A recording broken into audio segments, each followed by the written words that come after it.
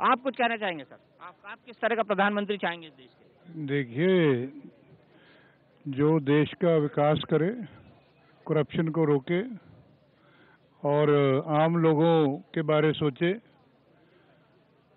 जो लोगों की समस्याएं हैं, शिक्षा की है, प्रदूषण की है, आवाजाही की है, सेहत की है, उसके बारे में कुछ लेके आए। कुछ लेकर आए, लेकिन 60 साल में क्या लेकर आए? आप कुछ कहना चाह रही हैं? यंग वोटर हमारे। सर, हम एक युवा प्रधानमंत्री चाहते हैं, जो क्योंकि हमारे देश में ज्यादातर पॉपुलेशन युवाओं की है, तो हम वो प्रधानमंत्री चाहेंगे जो युवाओं को बिलोंग कर सके, उनकी प्रॉब्लम सॉल्व कर सके, क्योंकि आजकल हमारे देश में सबसे ज्यादा प्रॉब्लम युवाओं की है, जैसे नौकरी की प्रॉब्लम, भ्रष्टाचार, सारी प्रॉब्लम युवाओं से रिलेटेड है, तो हम चाहेंगे। जी हाँ, बहुत बड़ा एक युवा प्रधानमंत्री हो, ऐसा चाहते हैं। खैरा साहब के पास चलते हैं। खैरा साहब, आपके प्रधानमंत्री पद के दावेदार अभी भी डॉक्टर मनमोहन सिंह है। आप नहीं चाहते राहुल गांधी प्रधानमंत्री बने, जैसे ही आम जनता? मेरा ख्याल है कि थोड़ा सा और एक्सपीरियंस राहुल जी को आएगा, then definitely he is a fit person to lead the country. But at the moment जो डॉक्टर मनमोहन सिंह जी ने, जैसे भाई साहब बोल रहे थे, आर्थिक नीतियां, हिंदुस्तान का इंफ्रास्ट्रक्चरल डेवलपमेंट, इतना बड़ा मुल्क है, इसको रीरेल करना, इसको रीऑर्गेनाइज करना, और जैसे इन्होंने विश्व में जो हिंदुस्तान की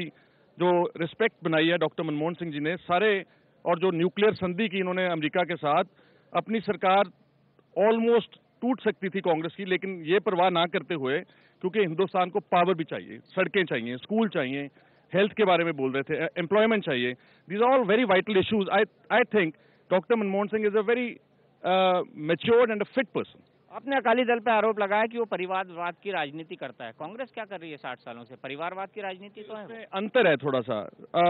अंतर है। बादल साहब ने जो अपने सुखबीर जी को प्रमोट किया, उनकी अकाली दल या पंथिक आइडियोलॉजी में एक दिन की कोई सोच नहीं थी उनको। मैं आपको बताऊं, जब इंदिरा गांधी जी को प्रमोट किया गया, संजय गांधी को किया गया, राजीव गांधी को किया गया, सोनिया जी को किया गया, राहुल गांधी जी को, उसमें यह है कि इन लोगों की कुर्बानियां भी हैं पीछे।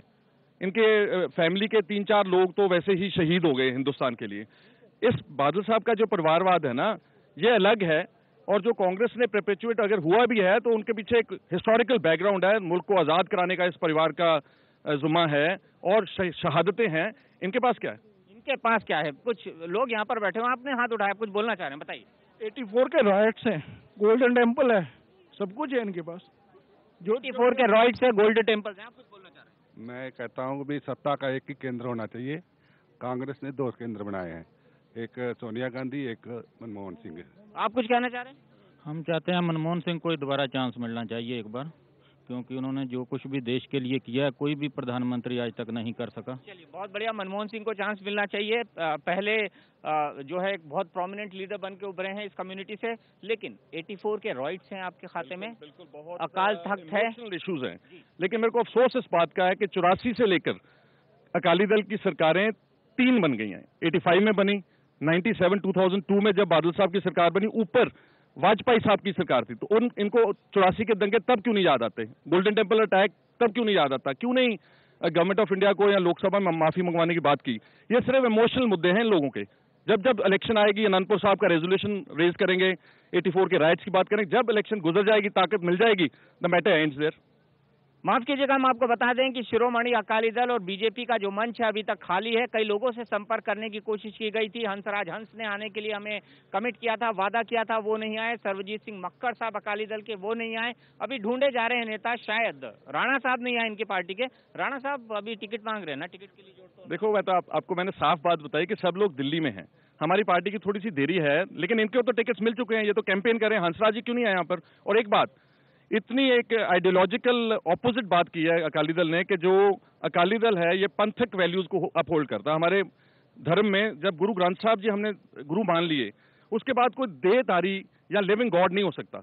इन लोगों ने जिनको टिकट दिया जलंधर की पार्लियामेंट सीट के लिए, he claims to be a living god. और उसके यहाँ पर नकोदर में एक मजार है, लाल बादशाह श्राइन है, उस पे बैठ करके अपने आप को मत्था टिकवाते हैं। मैं तो पूछना चाहूंगा इलेक्शन में कि कैसे सिखों की वोट मांगेंगे? क्या you don't believe in the ideology of Guru Granth साहब इटसेल्फ?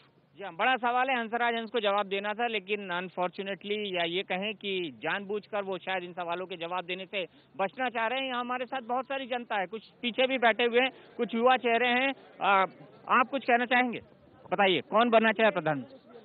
हाँ, यू कांट हियर इट। यहाँ ये थोड़ी सी दिक्कत है, लेकिन सवाल यहाँ पर बना हुआ है, कौन बनेगा प्रधानमंत्री? और जी, आप कुछ कहना चाह रहे हैं? जी, बताइए। सर, मुझे ये पूछना है कि आज इंडियन करेंसी में आधी से ज्यादा हमारी नकली करेंसी ऐड हो चुकी है। जो गरीब बंदा दिन में कमाता ही 500 रुपया, अगर वो 500 रुपये का नोट भी नकली निकलता तो वो क्या करेगा? नकली करेंसी बहुत बड़ी बात है, बहुत बड़ी समस्या है देश के सामने।